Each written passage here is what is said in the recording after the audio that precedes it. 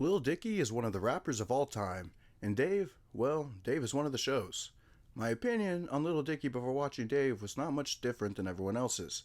He's a goofy white dude with surprisingly decent bars on occasion who dropped a couple of novelty rap tracks, but is overall a whack and uninspired rapper. I watched the first couple episodes of Dave around the time they came out, and then I stopped and didn't bother continuing until recently when I binged every episode that's been released so far, which is up to Season 3, Episode 6 at the time of writing this video. My first impression of the show was that it was funny but nothing special. It didn't really pique my interests in the way that I hoped it would.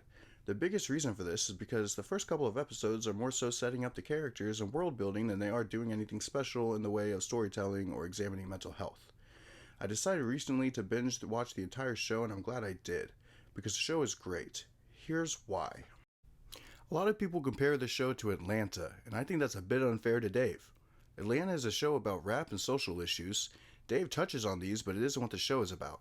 The show at its core is about masculinity and mental health. The fact that Dave is a rapper is more of a vessel to talk about these things. Dave is a narcissistic and insecure man who seeks validation from those around him. He has a goofy little wiener and what seems to be a serious case of imposter syndrome. This isn't something he says out loud, the imposter syndrome part, not the goofy little wiener part. He mentions that often, actually. But it's clear in both real-life Dave's writing and TV Dave's personality and anxieties that this is a big part of what makes this show tick. For those of you who don't know, imposter syndrome is a condition of feeling anxious and not experiencing success internally despite being high-performing in external, objective ways. Now, some people who are less educated on mental health may hear that definition and think that it's the opposite of narcissism. However, that's not true. According to an article by humanistic psychologist Scott Barry Kaufman, PhD, with Scientific American, there are two main types of narcissists: grandiose and vulnerable. According to the article, the core characteristics of vulnerable narcissism include a high fragile self-esteem, constant feelings of shame, a hiding of the self, avoidance of feedback, rage when there is criticism, grandiose fantasies of validation, and distrust of the good intentions of others. Later in the article, he says that both vulnerable narcissism and imposter syndrome were linked to other metrics of inauthenticity, including a weak sense of self, self-alienation, and high levels of accepting external influence from others.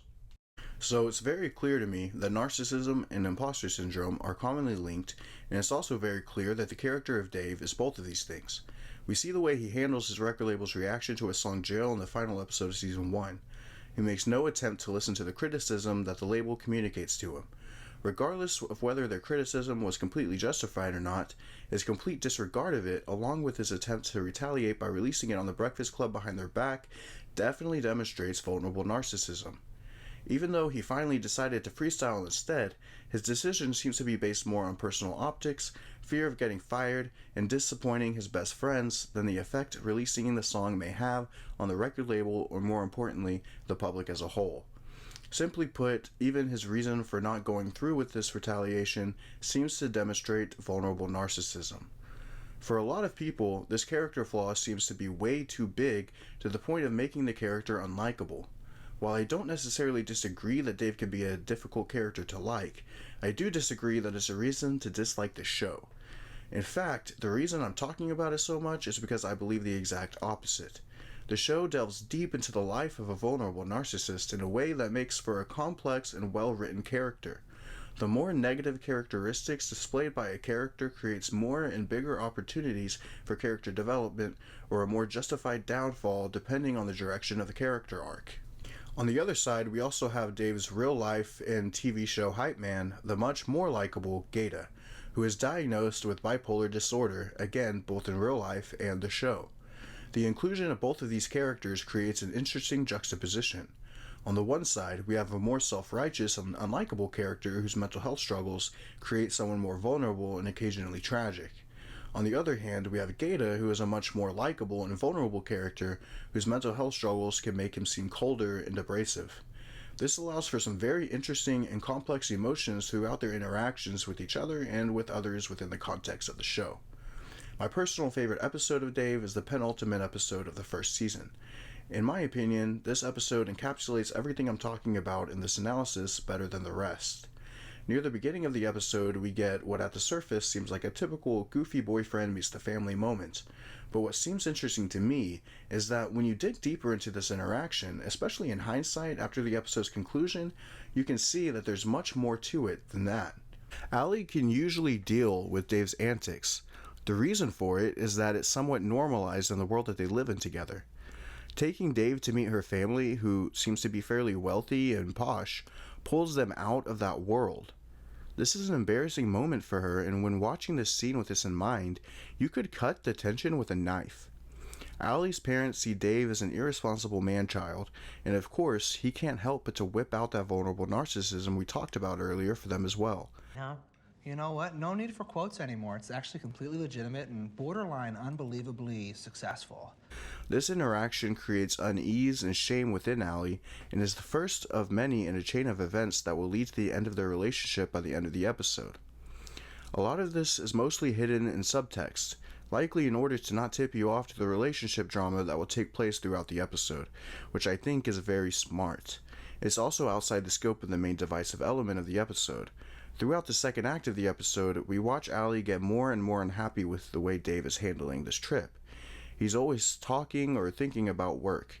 Even when she asks for his advice in regard to her wedding toast, he can't seem to concentrate on her for more than a few minutes without getting distracted by work, fans, or his bowels. Eventually it gets to be too much and she snaps at him. Old boy doesn't take it that well and it turns into a fight. This is really the first time someone truly opens up to Dave about his narcissism and tells him to his face that he is kind of a jerk. And then he decides to prove her right. And then Allie walks away from him. At the end of the show, we finally see the toast. And the final scene confirms the breakup. Also, this is kind of irrelevant, but I want to mention anyway how cool the intro song is. It's okay. No, we don't have time to wait. And the way they reused it in the end to bring the episode full circle by playing it in a different light is pretty clever writing and is worth appreciating. I played with the idea that it could represent that even the breakup that was caused by his need to focus on his career over everything else is ironically something that he still views through the same misguided lens, essentially letting us know that he hasn't truly learned his lesson yet in a subtle way. But that may be a bit of a stretch. Let me know in the comments what you think about that take. I'm curious. Overall, I'm really excited to see what's next for the show, and I know I really only talked about season 1 in this video, but I've enjoyed it all so far personally, and if it's something that people want, I may go deeper into the show and talk about the other seasons in part 2. Let me know if it's something you're interested in. I obviously don't know Dave as a person, but I'm sure a lot of things in the show are exaggerated. Some stuff may have never happened at all, but regardless of how much truth exists within the show, I don't think he'd be making the show like this if he wasn't a changed man, especially since he has definitely made progress as a character as of Season 3, Episode 6. I'm excited to ride along for the rest of this journey to see how it ends. Thanks for watching.